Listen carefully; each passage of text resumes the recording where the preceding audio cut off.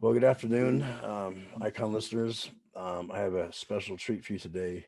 A guest of mine, Sheena Renee, is here live from Missouri. Missouri. Or it's all right, Missouri. I thought it was Branson, Missouri, but she's live from Missouri. And I'm gonna let her tell her story, but I'm just gonna tell you that I saw her post on one of the prison. I think it was the Prison Network or Convict Tales, and it Mhm. it jumped out at me because I was looking for guests to put on the show and musical guests, and I saw that and I just got kind of a snippet of it and I was like, well, I got to talk to her. And everything from the nonprofit you started and what you've done on social media and the awareness you're bringing to, you know, what happens when you go into the families, having resources for them to, you know, what do I do when my loved one gets locked up, or if I'm going to be locked up, what do I need to look forward to, and I think that's great.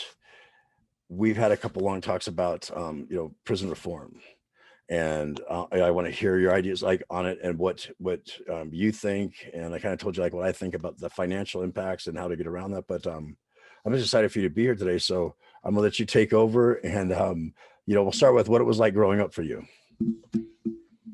Oh, growing up was not a pleasant experience. Of course, I grew up. My mother was an addict herself at a young age, had me at a teenager, and she had some issues. By the time I was 4, I was living with my grandparents, who were Pentecostal preachers. And as I was growing up, married family members started sexually abusing me. So from about the age of 4 till 11, I started going through some sexual abuse. My mother finally, got her life together, had found a good man, came and got me. So, but by that time, I was an angry preteen, and I I couldn't see past all the things that had happened to me in my life thus far. So, uh, I was started running away from home. I started experience by 11 years old. I smoked my first joint. I started drinking alcohol. I started, anything to not feel or have emotions, and that's basically where my childhood kind of. That's a summed up little piece That's of it. the Reader's Uh, Digest version, right? And the when Reader's Digest version. we share, like, there was so much overlap, and what happened to me as a child, and I mean it's crazy. It is, and that's like what really struck me about that. So that happened until you were about 11, and then you were a teenager. And then, yeah, and then my first time running away from home, I ran away with some older guy found me, and my first experience of being raped. So by the time I was 13, I had been sexually abused, I'd been raped, and it's I was angry. I was a very angry uh, teenager. And as a teen, we're already lost in our emotions and everything anyway. And then you compound all that stuff together, and it can make a volatile situation as a teenager. And so my mother and I, we just did not see eye to eye. I was angry that I felt like she had left me, which I understand now as an adult. She had to do that so she could get better. But as a child, you don't understand that. And so when she would try to discipline me or anything like that, I would never listen.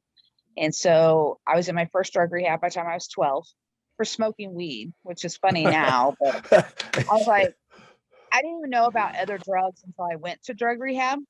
All I knew about was weed and alcohol. When I went to drug rehab, I found out about all the other stuff you could do. Boy. So it was my educational on drugs at that time, It wasn't like, the oh, effect. there's They didn't what's expect that effect. cocaine. Yeah. Wow. Right. And so by the time I was 14, I had moved out of my mother's house, moved in with a best friend of mine, and it was a party zone for almost that whole year of my life. I just barely go to school. And finally by my freshman year, I just quit going to school. I met a man. He was almost 20. Well, he was 21. I was 14, getting ready to turn 15. And about 2 weeks into the relationship, he's like, "We should get married." And I'm thinking, "Oh, this is perfect. He can buy me alcohol." He was the town drug dealer. Um, now free Well, drugs. This is going to be great. I won't have to listen to my parents. So I basically told my mom, "You're either going to let me get married or I'm going to run away and you'll never see me again." Well, I ended up getting married. And the first 2 months were great. I drank every day. I could get high every day. I went where I wanted to go. Life was, I thought, great. And then that was the first time that he hit me, was 2 months after we were married. And that's when it all started going downhill. So I was 15, he was almost 21. He was a black belt in Taekwondo, so I was no match. The marriage was, I would say, very manipulative. I was still a teenager. I would run away from home, like I was running away from home from my parents, but I'd run away from him. And he was the type of guy that would show up. He'd have a gun. He'd tell you, "Where's my wife? I will kill you. I will kill your family members until you tell me where my wife is." Wow. I tried to get a restraining order. All that he did was bring me a piece of paper and told me no piece of paper would ever keep him away from his wife. I finally, at 16, I had to have this emergency surgery. Well, it was going to cost a lot of money, and he was really about money. So I had told him that if I was divorced, the state would pay for it. I don't know where I got this from, but I just got it. And my mother finally agreed to sign for my divorce, because she had to sign for me to get divorced because I was still a juvenile, even though I was married. And I came outside one day, and my ex-husband wanted to go somewhere with me, and I was like, "No, I'm going by myself." And he started beating me up and slammed my head in the car door. And when my mom walked out, she finally said, "Okay, I'll sign for the divorce," because she's seen firsthand what he was doing to me. And because back in the night, this was in 92, 91, 92, domestic violence wasn't talked about like it is today. And if you showed up with a black eye, I'm from a very small country town, somebody say, "Well, you should have blacked the other one," And and was that pre OJ time? Pre when yeah, he so that's pre-OJ. yes, exactly. And so it was a joke that women were abused back then. I went to a women's shelter. Everybody knew where it was. So he just showed up and came and got me. I was like, "Get in the car, you're going home." And I would run away and stay gone for weeks at a time until he would hunt me down and find me. And there was no escape. I couldn't get divorced unless my parents signed. I couldn't get away from him. All the local police were his high school buddies that he went to high school with. And I'm just this rebellious drug addict teenager. So nobody's listening to me. They see me with bruises. They see me with cuts. They see me with a broken wrist, but nobody's listening. Right. And about 3 weeks, I finally got away, and I moved out, and I was gone for a while. And he agreed. I said, "If you just let me go away and do what I want for a while, I'll come back. Just let me go for a while." And I had met another guy in between all of this. And because he told me, "If the only way I will ever let you divorce me is if you cheat on me." So I cheated on him, thinking, "Okay, this kid will finally leave me alone if I cheat on him." That didn't work. That just pissed him off. So he kidnapped me basically and took me down to Arkansas in this wooded area. And he had a shallow grave built there. And he said, "I will shoot you and nobody will even know because you run off all the time. They'll just think you're missing." And that really scared me. And probably about 2 weeks later, the guy I met and his best friend, we went down to his house and we had discussed all these different things. We were really high. I was on Xanax and tequila, bad mix. Yeah. And I had been high for a couple of days, not really sleeping, really stressed out about what was going on. And we went down to the house, and my new boyfriend, I only knew for 2 weeks, shot him. And I tried to save him, but there was nothing I could do. And then at 17, it was 55 days after my 17th birthday, I was arrested for first-degree premeditated murder. And in 1992, it was November 1992, November 19th, 1992. And I spent 2 years and 9 months in county jail. And I really got screwed over in a county jail. They had convinced me I didn't need a change of venue. It was a small town. Everybody was on my side because they knew how he treated me. Well, little did I know that was a total manipulation of the people around me. And I had jury members who said I was guilty till I proved my innocence. My victims met with my jury members before deliberation. Mm. And not only that, while I was in county jail, there was a deputy that came in my cell and was raping me. And the county jail covered it up. The sheriff took all the evidence. They had physical evidence. They had, me writing a journal about it. And they basically locked me down in my cell. They turned off my phones. They wouldn't let me visit my family and told me little girls like you hang themselves waiting on a murder charge all the time. Unless you decide that this did not happen. So, of course, I stayed quiet and I went to trial. And when I went to trial, I got death by incarceration at the age of 19. So at 17, I was arrested, but I spent 2 years, 9 months in county jail waiting trial. I finally went to trial. I was sentenced to death by incarceration. And then No off to parole? prison. Was it no parole? So Life LWAP. Yeah, so parole. you're LWAP, right? And a lot of people don't know. A lot of people don't know what that is. So life without parole, LWAPs. What did that mean to you at that young age? Like, did you even have the gravity of like comprehending like life, like because you're 19 years old? When the jury found me guilty, it took them an hour, which we figured because of all the other shenanigans that were going on around the trial and the rape covered up. And I mean, everybody was involved in the cover up. Is that when you, okay, so I didn't want to cut you off, but when did you feel like, because at the beginning they had convinced you everyone was going to be on your side and they didn't change the venue. So did you have hope then? Was there like a spark of hope at that point? I was a teenager. I thought maybe I'd get probation. Okay. Oh, okay. Yeah. So when did that change to where you're like, I'm getting screwed. Like, this is not looking good. Like, well, what point did you really know? Like, when you got raped and then they said like, you're not gonna do anything about it, or that's kind of, I still had hope that whole time because I never pulled a trigger. Mm-hmm. And they were trying to make me like I was a mastermind, plan this whole thing. And it wasn't like that. It really was a crime of passion. 3 kids, drunk, high, not thinking of long-term consequences, just in the moment. And a lot of people may not get that, but it's a big comparison, but it's like 2 teenagers having sex for the first time, never thinking they're going to get pregnant. Things go too far, all of a sudden you're pregnant, and you didn't think of the long-term consequence of having sex that night. That's a good compare. I mean, I never thought like that, but that is a very good analogy. Teenagers don't think of long-term consequences. Their minds are not developed enough to realize that not only are they impacting their whole future, but they're impacting every single person around them, their community, their family, whoever the victims is, their family. And teenagers don't think about all that thing. They think about my emotions, me. And for me, I don't want nobody to hurt me anymore. I don't want to end up dead.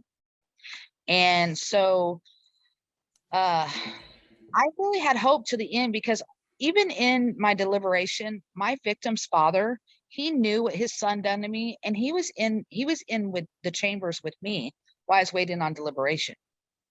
And he had even said, I asked him to give you 2nd-degree murder.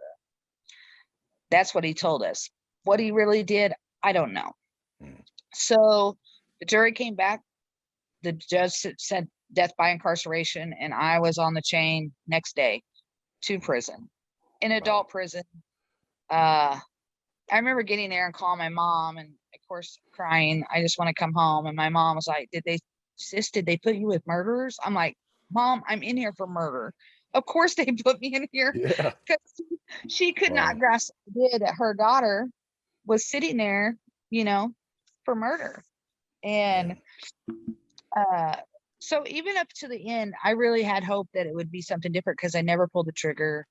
It wasn't some elaborate thing like they try to make it out to be. I caught my crime around the Pam Smart time. Do you remember that crime? And that became a big political issue. The Pam Smart case, where she had hired those 3 teenagers, this teacher, and all this thing. So it was election time, and I was the biggest story down here. That's And what you told me. so, That's right. and I think, they were trying to make it like that, sensationalize it, media. They made it about money. My ex-husband and I were divorced. There was no life insurance. I didn't get a house. I didn't get a car. I didn't get anything if he died. The only thing I got was I didn't get abused anymore and I was free. Right. So when I went to prison, everybody asked me all the time, what was it like when you walked into prison? For me, I was finally free. Wow. For the first time. There wasn't a guard raping me in county jail. There was nobody sexual abusing me. There was nobody beating on me. I was finally free. And it's a hard concept for a lot of people to take, but I've been imprisoned already my whole life. Yeah, absolutely. So you're in there, and because you see, and we know like what happens in the men's prisons, and I've had girlfriends who had been to prison for like 7-10 years and were on the fire camps, but I don't know as much like what it's in the female prisons. Is it as alpha society as it is in the male prisons? Is there the hierarchy? Is there the gangs, like there's so much segregation in the that you have the Norteños, and you have like the Mexicans, and you have this all these different racial groups that are divided like that.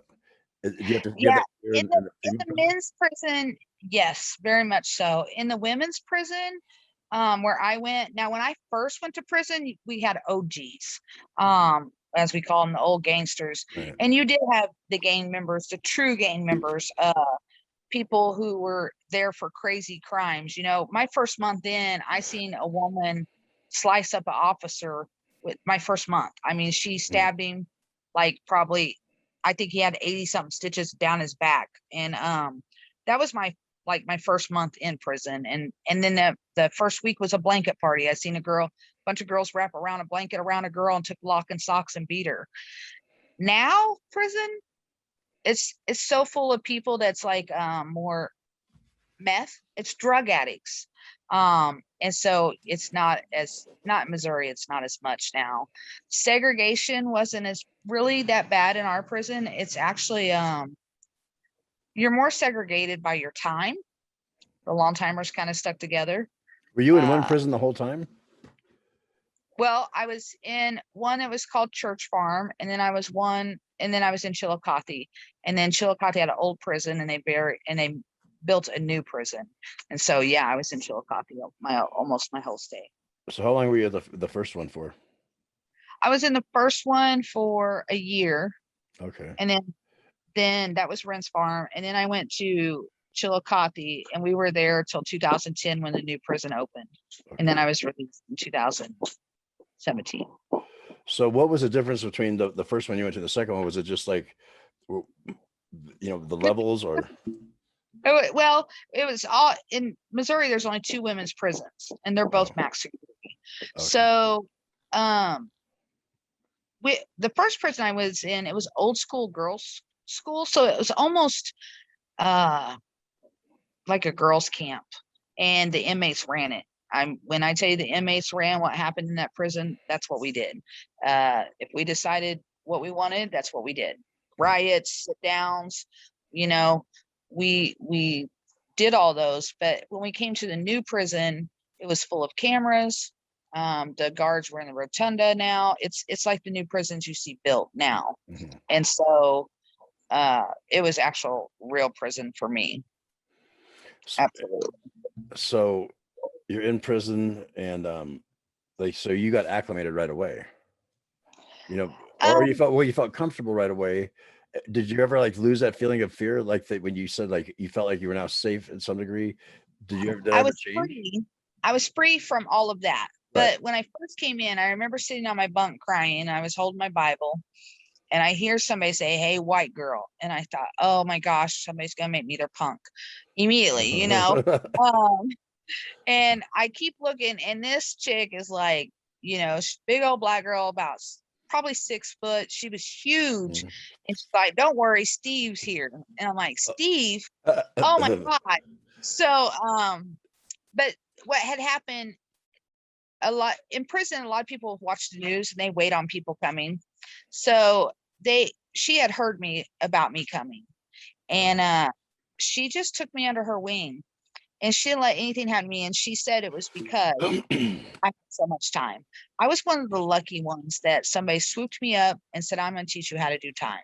So she taught me, she said, as soon as somebody tests you, you fight them.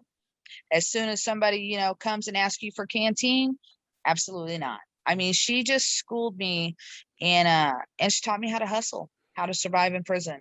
And so I got pretty lucky, because I've seen a lot of women come in there that was young like me, and that's not what happened for them. The don't take the chips.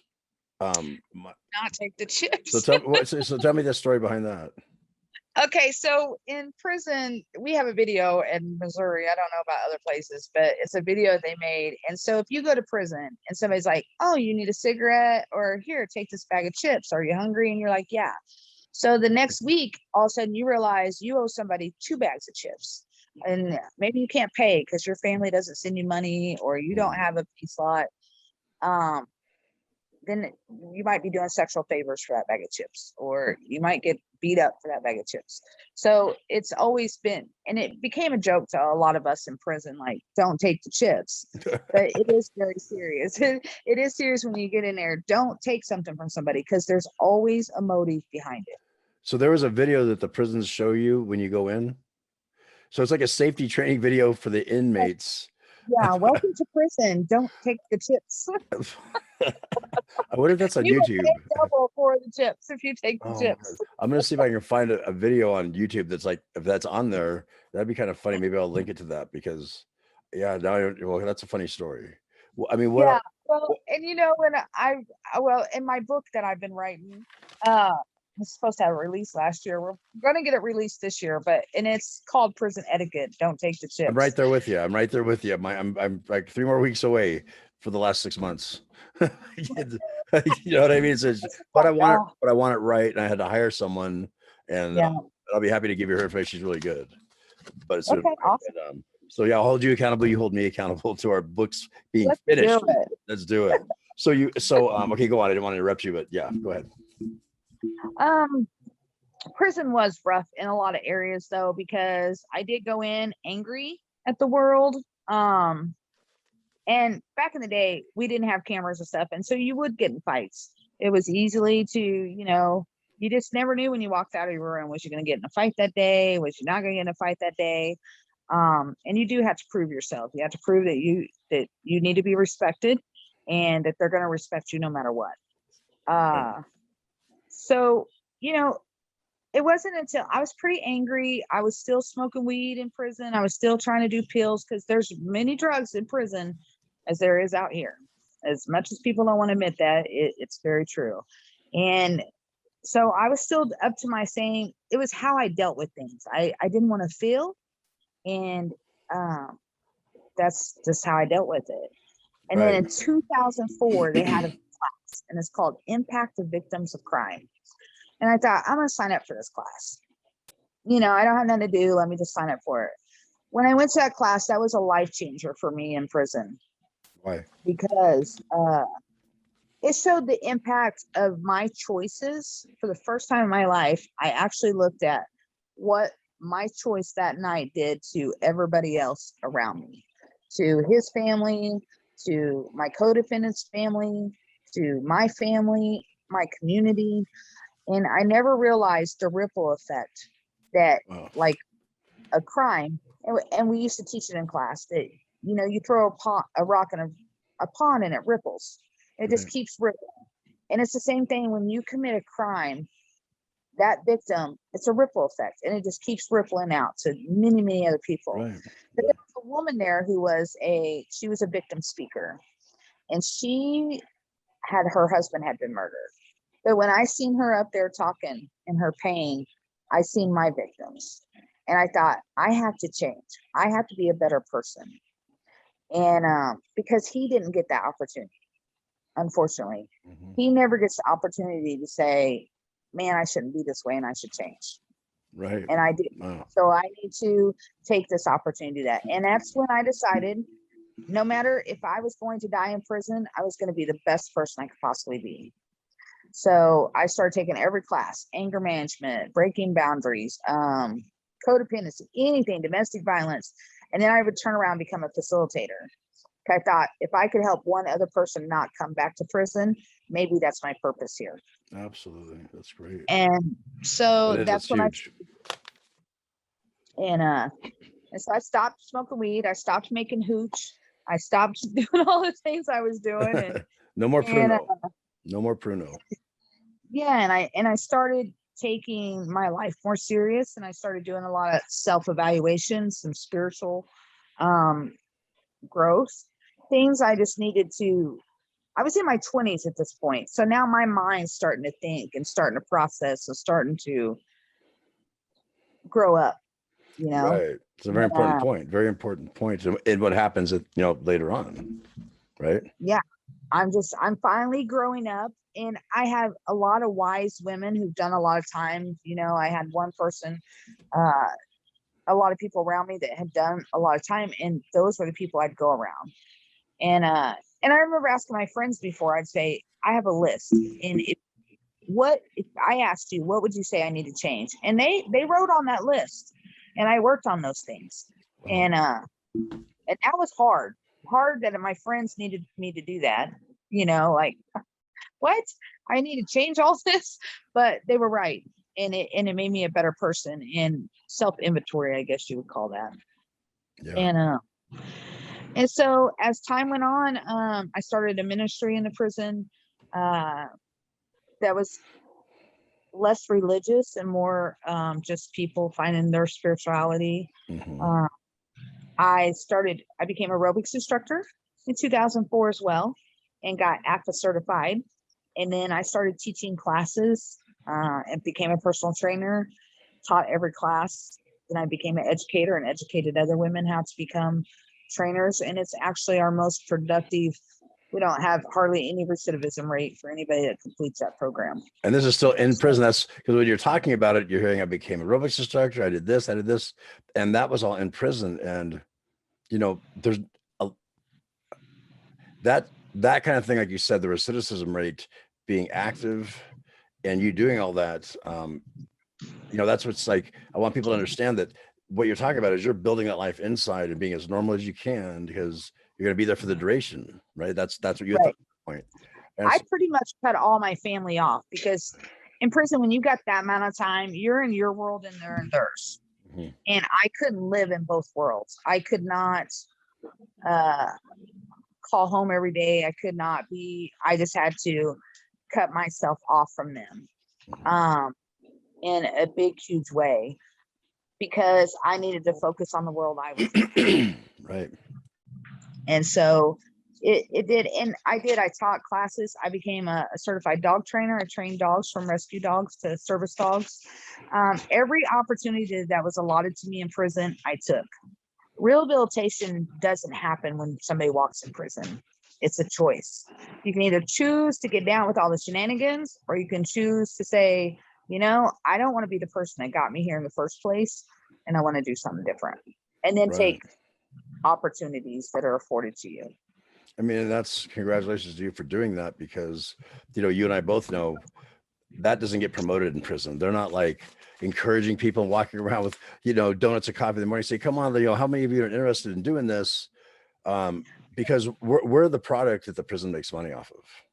Without us, there's no prison guards, there's no prisons. And so there's not a whole lot of incentive for the prison system to get rid of their product. So those programs and those things that promote, promote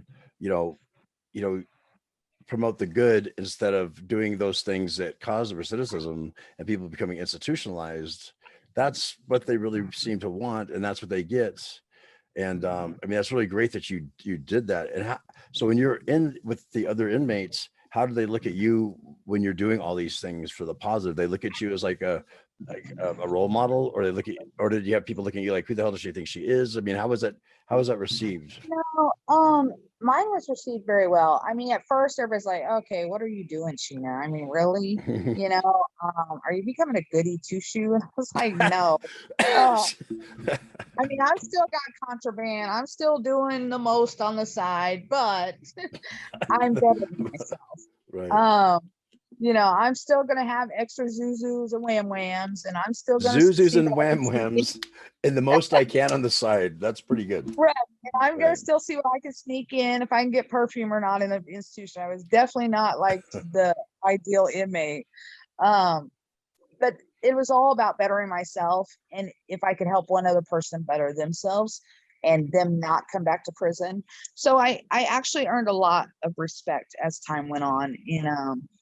A lot of people seeked me out for advice because I was the one that wouldn't BS you. I was the one that was like, it's your issue, you're here, it's your problem, stay off a pity pot, flush the toilet, stand up and walk on. You know, we can't. The biggest problem I see with all of us that was in prison, me included at first, is not taking accountability for the choices you make and the people that you harm in your journey of life. You don't take in consideration all the other people in your path and the destruction that you can't do. And that's something like you've been able to take with you since you've been out.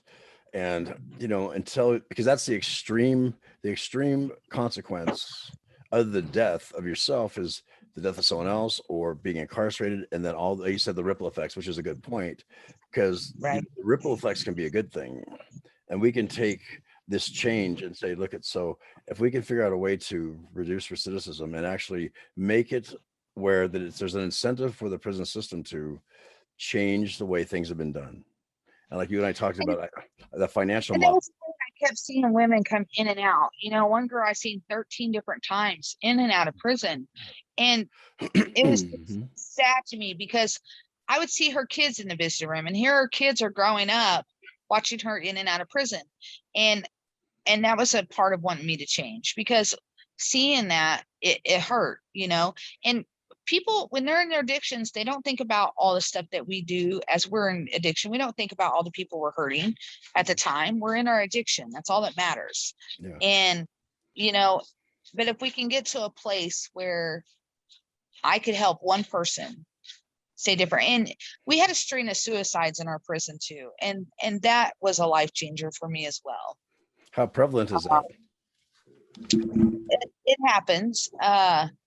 The craziest thing that happened in prison, which is really crazy for us, besides the lady stabbing the officer, was an officer and his girlfriend. They were both correctional officers, broke up.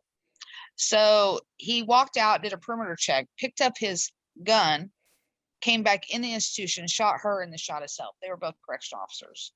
So that was like, we were all in the yard, and a correctional officer came in, which one place you think you wouldn't have to worry about a shooting, and it happened.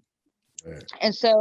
And that was another life altering moment for me, because I was like, life is short. I mean, we were there. You would never think something like that would happen, but that changed me a lot too. I was incarcerated. So while you were in there, what was like books and people who influenced you? When you look at someone who's a influencer like a Tony Robbins or a Wayne Dyer or Joe Dispenza or Abraham Hicks and and all the people Thomas Hughes and Jay Sheedy and all these people that they're all giving us the same message. It's all the same message. It's you have the power of choice of changing your thoughts, actions, and behaviors and my reactions, and that's all I'm in control of. Everything else out there is external, and I have to look inward and go. And you said it perfectly. Like I had to look at you were the sum total of the results of your choices, and those are the consequences. But at your early age, most adults don't have that concept either of what are the extreme, because it's very selfish. As a child, even more so. And when they preach this to try and tell people, and if more people could get that message at a younger age, how to, think about everything you do. And when you have that period of life, the early development childhood years from 6 months to 6 years, you either have a family that shows you how to negotiate love and be part of this family unit, or you have the one that like you and I were brought up with, beaten, abused, molested, degraded, humiliated, and then punched in the face when they were done with that and put to bed.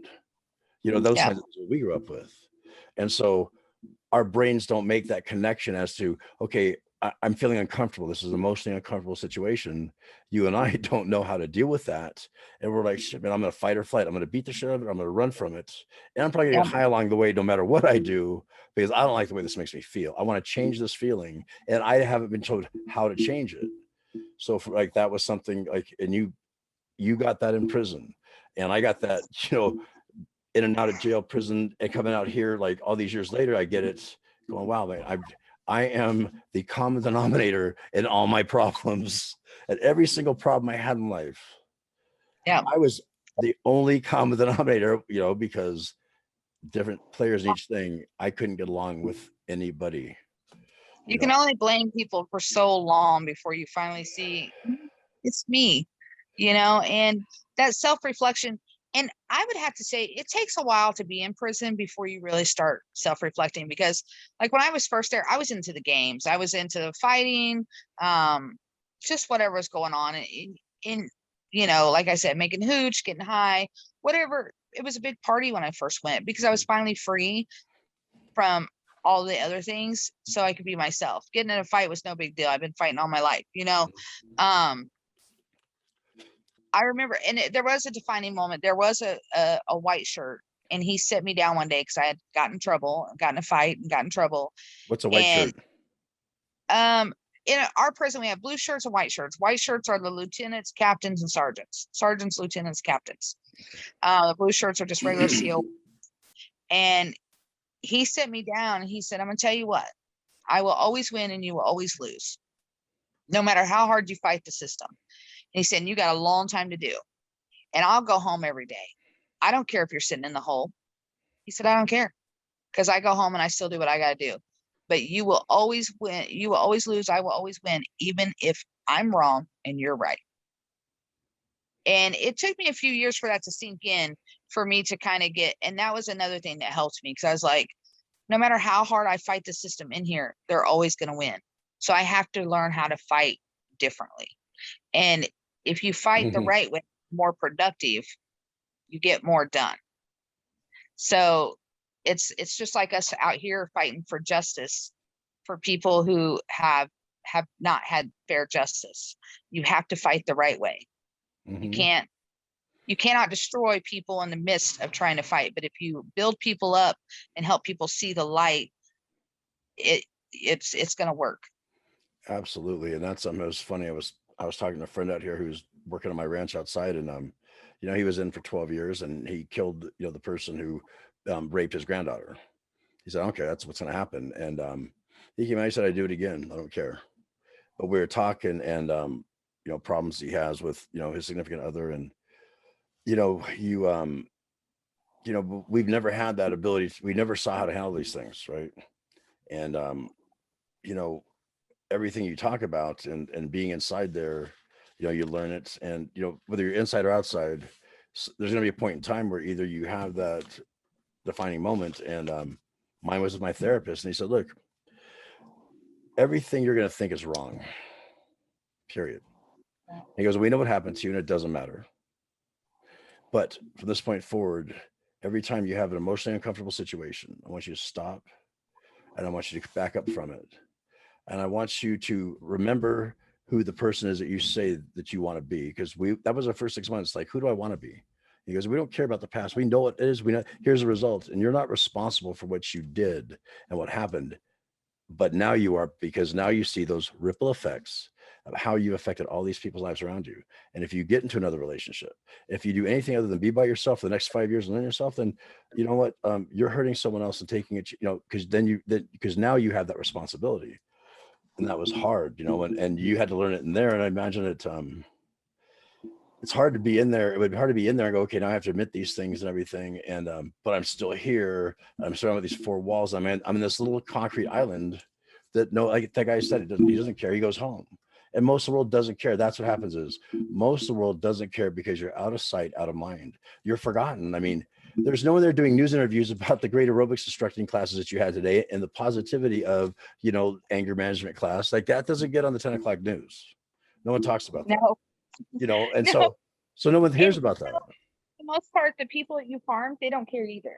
Yeah. And I used to tell people in my class, because I was like, if I killed your son?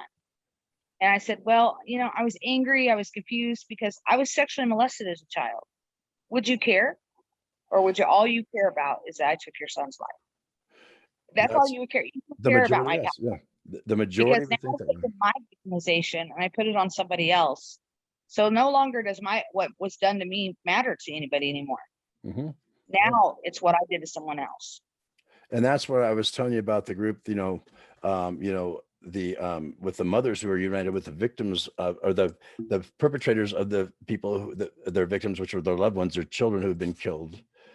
And then when the person gets out of prison, they work together, and they really have this unique ability to get in front of these at-risk youths and say, look, my child was killed because he was making bad decisions. And this is the person who killed them, and I've forgiven them. And then that person gets to get up there and tell them, like, this is what happened to me, but it doesn't matter. Like, yeah, I can't use this as an excuse. And wow, like the power of that. It was kind of like, remember the Scared Straight? It was like a newer version of Scared Straight, but with mothers with a mission who, like, Right. it was more dynamic, because for one, to be able to forgive somebody who took the life of your child or a family member, but especially a child, and then say, look, and they're going, look, I'm gonna, at least if something good can come of this, if another child doesn't have to die, or another person doesn't have to go to prison, or fill in the blank, if I can use this bad thing for good, then it was all for the good. And it's, my wife would tell me, God didn't do this to you, man did this to you, but God made you strong enough to help those who aren't. God made you strong enough to help those who aren't. And you're supposed to help these people. And you needed this so that you'd be equipped to be able to help those people. And God made you be able to handle everything you went through so that you could help those who aren't. So you and I are made strong enough that our strength can help 10, 20, 100, 10, 100,000 people, and show them, like, this is what I was made for, and you can make it. And that's just my goal in life now. I'm an empath, and I'm able to connect to people very easily. And I know my purpose is in helping other people. That is just my life purpose. And however that may be, that I'm supposed to help them. It's not always easy. It can be frustrating, especially with people coming out of prison, because you still have that criminal mindset. You still have those things. We all have criminal mindset at the end of the day. I mean, whoever wants to pull over by the police, no. Well, maybe I'm the only one that thinks, should I run or should I not? But I'm sure many do. We all think that way. It's something, right? There's always something that happens that we can go back to the thinking. A guy backed into me yesterday, and I got out. The first thing I got out the back, like, he didn't do anything to my bumper, but it had already been hit before, and I didn't know the person didn't stop. And my first thought was, I better tell him right now that was already there, because my little stupid mind might go, oh yeah, that wasn't, So I told him, I said, don't worry about it. That was already there before I could, let that old man of me come back in and, like, try and get up on something. So yeah, I think we all probably do, but hopefully it's a little bit less each day. And I'll remember today, like, that I did that yesterday, how good it felt to, like, get that out there and not be that person. And so as long as, like, each day we get a little bit better. When you hide behind lies and not ever taking accountability, it's you that's miserable. Once you're honest and you just are transparent, and this is how it is, life is just, I found, to be a lot easier. When I was sitting in prison, I remember I had the Miller versus Alabama is the law that changed, that anybody under the age of 18 cannot have life without possibility, parole, or death by incarceration. And that came out in 2012. And I thought, for the first time, I had a glimmer of hope I might get to go home. But I remember never knowing that there were people out here fighting for people like me sitting inside. And to have such a group of people that powered behind juveniles in prison, that made me want to be a better person. I wanted to prove that these people out here fighting for me are fighting because I am in here and I am rehabilitated. Yeah. Does that make sense? No, absolutely. I wanted to prove that if I got that opportunity, that I would be one of the people that could be in this. See, this is why we rehabilitate children and we don't stick them in prison for the rest of their life, because they can be successful.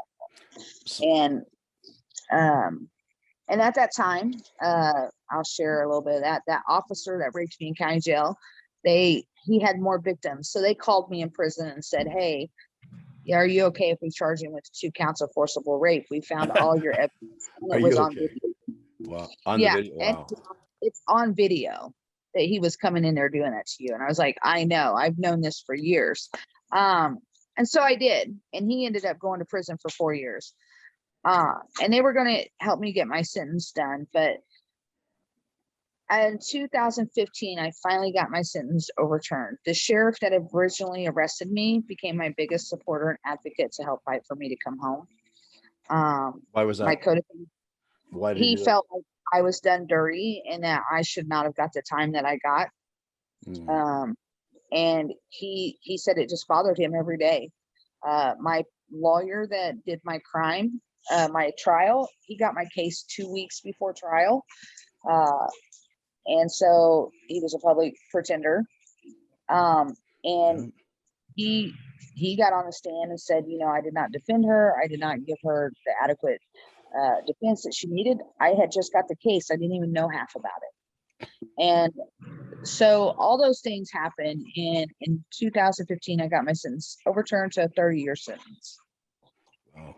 And was seeing the parole board. The parole board, of course, set me back for 2 more years because they wanted to send me treatment so they could get some more money out of me before I got out, because the long-termers keep them open. Yeah, that's right. No, that's we're the product, right? We're the widget. Yeah. We're the widget in the machine. And, November 2017, I got out the day before Thanksgiving. I walked out. Had a lot to be thankful for on that Thanksgiving, I imagine. Oh yeah, I was a little scared. I stopped at the first stoplight. We stopped out and I ran around the car because I wasn't handcuffed and shackled and black boxed. But I walked into a room full of a bunch of people I didn't no longer know. And so very confused, didn't know how to kind of relate to anybody because I had felt like I just left my family inside. And there's really no integration. I mean, I don't know Alabama, and how many resources are there for someone if someone comes out back to the family, like preparing the family, preparing the person? Like probably the worst thing you could do is walk into a Thanksgiving dinner with 30 family members you haven't seen for 30 years or more. And like I couldn't do it. Like I told you, like me going to a meeting last night, all these people that, I had to, I had been in recovery with years ago and now come back to, it's the anxiety levels like up to here, Yeah. I can't imagine. I can't imagine what it would have been like for you. Well, when I first got out, my mom took me to Casey's, and I wanted gum, of course, and something to drink. And my cousin was like, well, what do you want to drink? I don't know. Immediately, I was stunted with choices, and there was a bunch of them there. There wasn't only 3 on campaign. There was, hundreds. And then I walked into a family Thanksgiving. So I was pretty overwhelmed, but I was in honeymoon stage, as a lot of us call it. Excited that you're free, you're still taking it all in. And where I came from, as far as resources, there's none.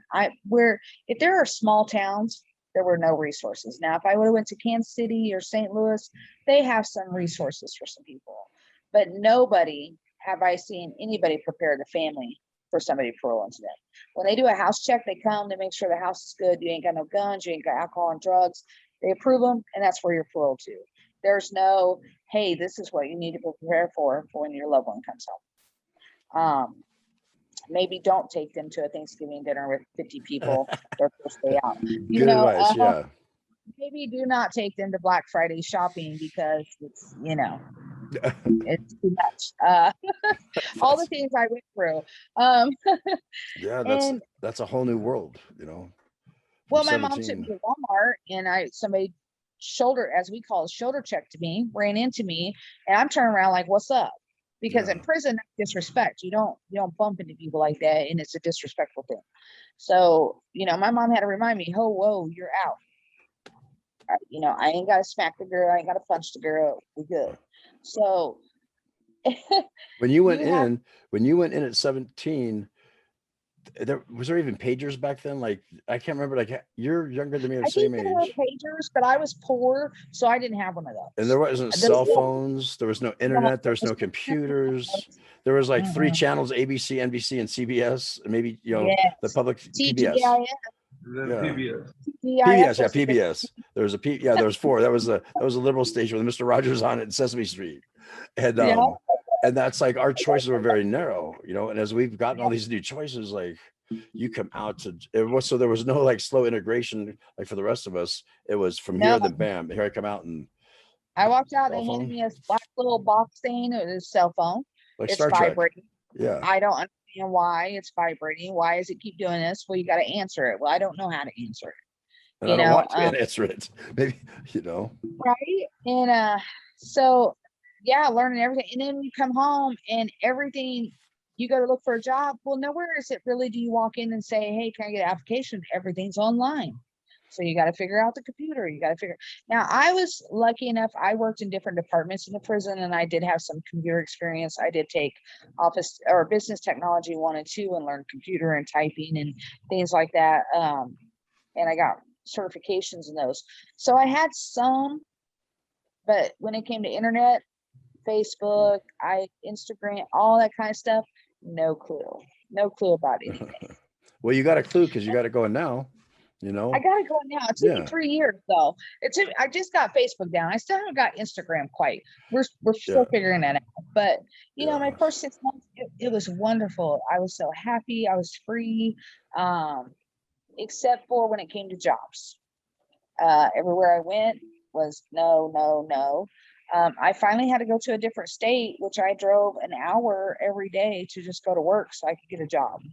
Why did you why did they hire you there versus where you were a different state? Because you still have to disclose your I'm past, pretty right? famous where I was from. Everybody kind of knew who I was. As soon as I said my name, they're like, okay.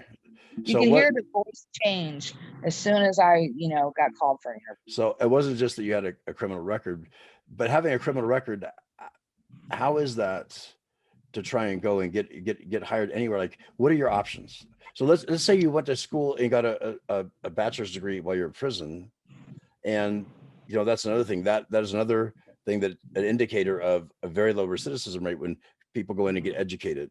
So when you come back out, even with that education, how many places are willing to hire people who have been to prison? Is it depending on the offense? I think it depends. Like, I would try to go to hotels. I remember trying to get front desk management jobs or any of those types. Those were not available to me, even though I could absolutely do them. I couldn't get a job at Burger King,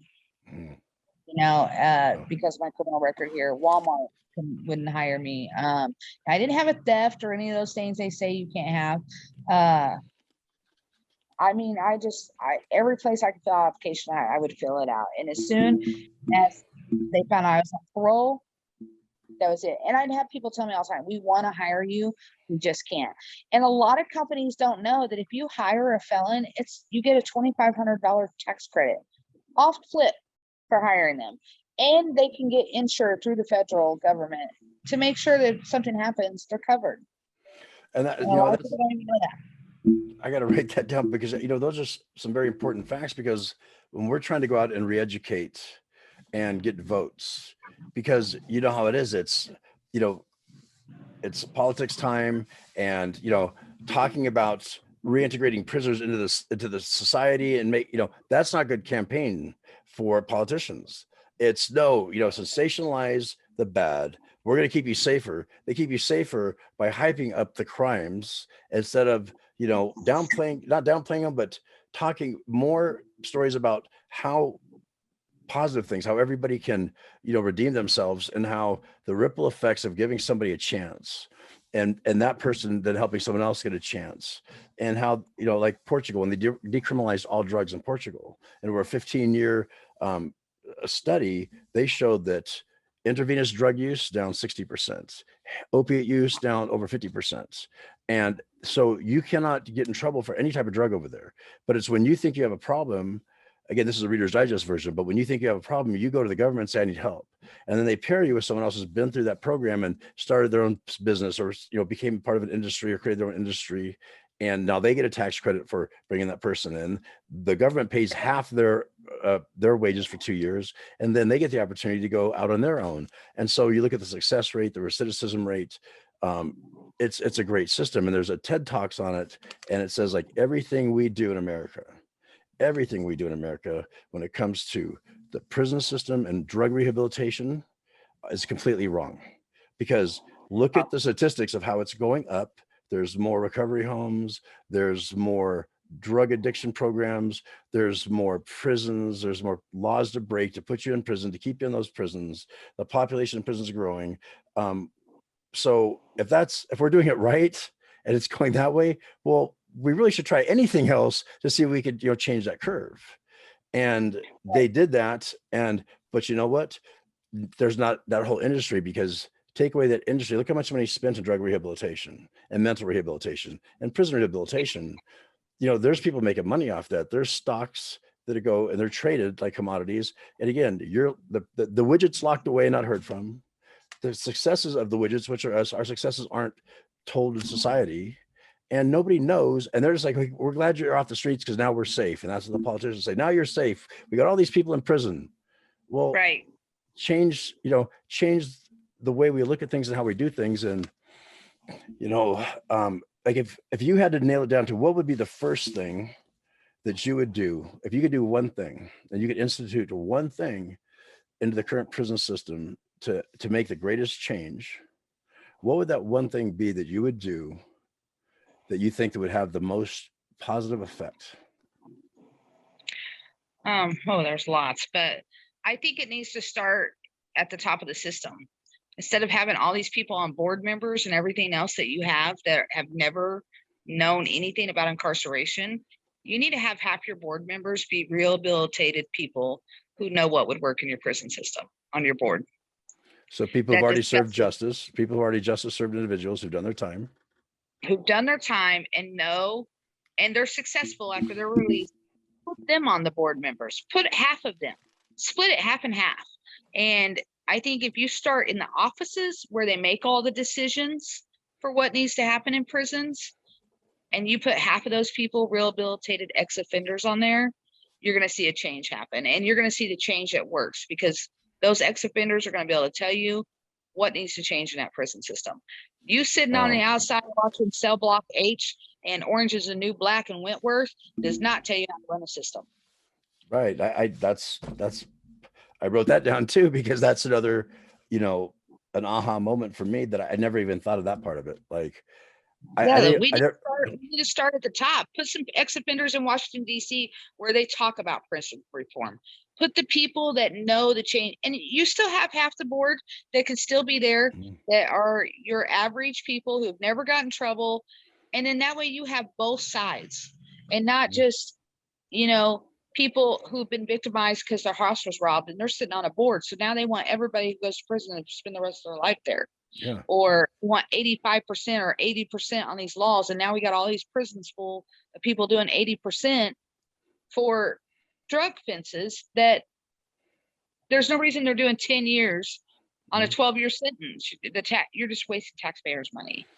And giving everybody an equal playing field. If you're qualified, you've gone to school and you've shown that you have the ability to think and you've made good decisions for a while, they should absolutely have that opportunity to be on these boards. I think that's a great idea. I mean, because I never really thought about the hierarchy of how the prisons are ran, and always thought it from a voter standpoint, which is another thing too. People that's making the decisions that make all these changes, it's just like when we get a new warden. Every time you get a new warden, you're going to get at least 10 things taken away, and you might get 2 new things every time. Change everything, wants to come in and make their name. Oh, we took this away, and I did this when I was the warden. So if you take that all the way up to Washington, D.C., to the people sitting on prison reform boards, and law changes and things like that, you put people that been there, done that, and mix them in with that, I bet you would have a totally different perspective, and it would just be different. The things that were offered to people in prison would be different. And that's another thing. Your drug rehabs in prison, they're a joke. All they want to do is sit and talk about getting high every day, glorify getting high, and it's a money ticket. It's a money ticket for the prisons. Instead, They should be in there talking about, they get all these people in prison and there's nothing to help them figure out their life plan. When they come to prison, figure out, who are you now what can you do with your life? Your past is your past. It's done. We can't change it. So who can we be today? You know? Absolutely. So this is my second question. Then it's just a great segue is, what was the best thing that happened to you in prison that you can apply now, and you're applying in your life that, you know, that's it happened there, but the greatest benefit of what happened there, maybe you didn't see it there, but as you got out, you're like, wow, that changed the way I thought about this, and I can apply it out here. Um, uh, as for me, it's no matter how hopeless the situation is, never give up hope. Hmm. Never give up Because hope. I was in the most darkest, hopeless situation a person can be in. I was at 17 and I could have lived till I'm 90 and die in prison every day, locked behind, you know. But no matter what situation there is, there's a glimmer of hope somewhere. And sometimes you just got to catch that little bit of light, because darkness cannot stay in light. So if you can find that little bit of light, eventually you'll take over the darkness. I agree 100%. Yeah, that's so wow. I apply that out here, you know. This doesn't mean I didn't want to give up, because when I got out of prison, I really went through some things. I was suicidal at one point. At one point I wanted to go back to prison. It was easier. It was a lot of changes that mentally I was not prepared for, being locked up 25 years and growing up in prison. My family was at the prison. And all of a sudden I was just thrown in a world that I knew nothing. Yeah. I was lucky enough, I met my boyfriend that I'm with now. He was a veteran. He had served 2 deployments in Iraq, and he had dealt with PTSD. And I can't even tell you I'd really be here today if it wouldn't have been for somebody like that was in my life that said, we're going to get through this today. It's okay. That's that brings up another point of PTSD for everybody coming out of prison. You know, every person there coming out has some degree of that, you know, because of what you see, what you experience. And, you know, if you're lucky enough to process it, but, you know, probably very few are, because there's not a whole lot of programs in there. As you're being subjected to the trauma, the daily life in prison is a continuous daily subjection to trauma. Would you agree with that? You live in survival mode every day in prison. Right. And that's traumatic. You're in survival mode. You never know if you're going the hole for the guard that day. Are you going to get a fight today? You're going to get shanked today. You don't know what's going to happen to you that day. So you're constantly on guard. You're constantly watching your own back, and you are constantly in survival mode. And when you get out, you're trying to still live in survival mode, and it's a different way to survive. So you have to relearn. This survival mode is definitely different, and you're exhausted. You're just exhausted from living in survival mode for 25 years. For people like you and I who've been, you know, hurt as children, we've been in survival mode since we was babies. Yeah, we've been fight or flight since we've yeah, that's been our lifestyle. And so you know what happens is, like, it keeps you high. You're on a high the whole time because it releases that endorphin, and you're only supposed to realize that when you're in a life or death situation. And we're constantly living in that life or death mindset, and now it's depleting our ability to produce that. Then we look for stimulation and outside drugs to keep producing that, and then it's wearing on our body because it's supposed to be saved for those things when you have to go kill that bear or lion or lift that car off a burning baby. And so we're constantly burning that up, and it shortens our life, and it ruins our life, and that's one thing I had to learn as well. That's what, when I got out, I mean, I went through that really depression, and that's where my group came in. We were sitting here and I was like, prison didn't break me. And I was getting that hope back. And I just got on Facebook one day. I was like, create a group. I said, surely I'm not the only one feeling like this. And so I created this group called Prison Did Not Break Me on Facebook. And within 6 months, we had over 1,000 members. And now we're over 1,800 now. And I was like, we need to turn this to a nonprofit and let's start helping people. And so we're turning it, and we are going to be the people that do go meet with the families. We want to have a headquarters in every state, everywhere we can. And we meet with the offenders before they come home. We meet with the parole officers before they come home, and we meet with the families, and we have things prepared for them. So that's great. You're not walking out shell shocked. And of course, we have a lot of other things that we want to do. We want to let the family know these are triggers. These are things that could be stressors. These are things that, could send your loved one back to prison. These are signs that your loved one might be going back to prison if they're doing these things. Here's your sign. those, and because sometimes they don't notice. All of a sudden they wake up and they're like, why are you back in jail? I didn't know you was doing this stuff. And there were signs along the way. And so, but we also, that's not our only goal. We want to meet with CEOs of big companies, and we want to start making it where before somebody comes out, we have a job helping them lined up already. So they don't have to come out here. We have opportunity waiting, because what happens a lot of times, they can't get jobs. You cannot find a place to rent at all, hardly. I mean, people put on their post, no felons. It's almost like no smoking, no pets, no felons. Yeah. So you're like, can't rent that one. Yeah. And I had a few moments where I'd be like, who are you to say you can't rent a felon somewhere straight? I was like, okay, I have to stop doing that. That's not my fight right now. But I think that, our group, we are going to, not eventually, I'm going to speak that into existence. We are going to have where we have companies and CEOs that are willing to give these jobs before they ever walk out the door. Like week 2, let them take a moment a week to take in their freedom. And now here's a job. We have it waiting for you. Here's your interview. Here's your things. If they have maybe a step on a foundation, maybe it'll change things. I just thought of something like, just right when you said that, they have a job waiting for them, or they have an opportunity to interview for a job, right? Yeah. How do you think it would work if they interviewed them while they're in prison, so that in prison now they know that maybe a year before they get out, like, hey, we're going to start interviewing you and you're going to be a potential candidate? How much more would that help recidivism, do you think? I just, like when you said that, I thought, do they do the interviews after or before? And if they pass interviews and they know they've got that job already. And that's what we want. We want to give them a job because it gives them something to look forward to when they're coming home. We want to have that job already lined up. And like you said, interviews before they ever get out. Right. There's, we have Zoom and stuff. There's no reason we cannot virtually have an office in every prison that people go and do a job interview before they ever get out. And your employer already knows where you're coming from.